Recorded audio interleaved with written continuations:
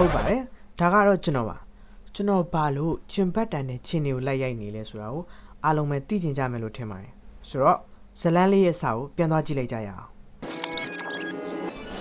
ဒီဇလန်းလေးကလွန်ခဲ့တဲ့နှစ်ပေါင်းများစွာကနေစခဲ့တယ်ဟိုးရှိတုန်းကတိုင်းပြည်တစ်ခုမှာလူသားမျိုးနွယ်တွေကငြိမ်းချမ်းတရားစွာနေထိုင်လာခဲ့ကြတယ်ဒါပေမဲ့ဒီနေ့မှာတော့ဂူကြီးတစ်ခုတွေကနေပြီးတော့ထူးဆန်းတဲ့ချင်းပေါင်းများစွာပေါ်ထွက်လာခဲ့တယ်အဲ့ဒီချင်းတွေကတာမန်ချင်းတွေနဲ့မတူပါဘူးသူတို့ကလူတစ်ယောက်ကိုအသွေးအသားတွေခန်းချောက်သွားတဲ့အထိကိုသွေးဆုပ်တောက်တုံးခဲ့ကြတာပါအဲ့ဒါကြောင့်မို့လို့ပဲလူသားမျိုးနွယ်တွေကချင်းတွေကူရဲကထွက်လာတိုင်းကြောက်လန့်တကြားနဲ့ထွက်ပြေးပုန်းရှောင်နေခဲ့ကြတယ်အဲ့ဒီလိုနဲ့ဒီနေ့မှာတော့ကောင်းငင်ဘုံကနေပြီးတော့နတ်ဖယားနှစ်ပါးဆင်းသက်လာခဲ့ပါတယ်သူတို့တွေကတော့မိုးချိုးနတ်ဖယားမီခိုတိတ်တိုင်းနတ်ဖယားဒီနတ်ဖယားနှစ်ပါးကသူတို့ရဲ့စွမ်းအားတွေနဲ့ချင်းတွေကိုတိုက်ထုတ်ပြီးတော့လူသားမျိုးနွယ်တွေကိုကယ်တင်ခဲ့ပါတယ်အဲ့ဒီလိုနဲ့ပဲခေတ်ဆက်ဆက်လူသားတွေကိုဒီထူးဆန်းတဲ့ချင်းတွေရဲ့အန်ဒီရယ်ကနေပြီးတော့နတ်ဖယားတွေရဲ့သားစဉ်မြေးဆက်တွေကပဲဆက်လက်ကာကွယ်ပေးခဲ့ကြပါတယ်အဲ့ဒီလိုနဲ့ယနေ့ခေတ်ရွာလေးတစ်ရွာမှာလေ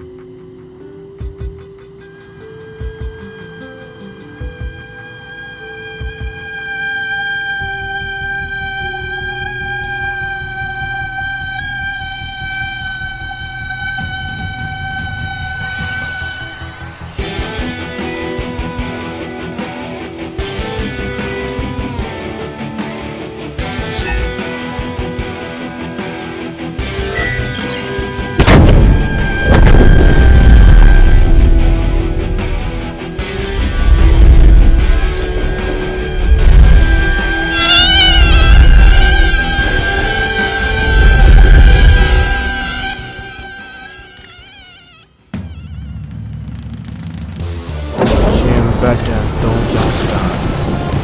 ယာရဲစွာမိုးချိုးလျက်စီ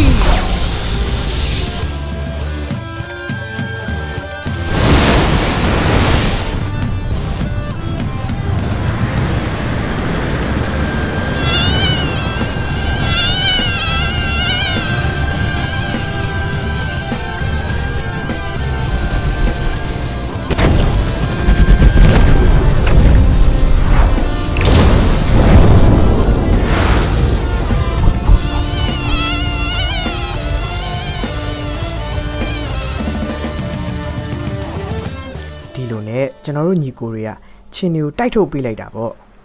ဒါပေမဲ့ဇလန်းလေးကဒီမှာမပြီးသေးပါဘူး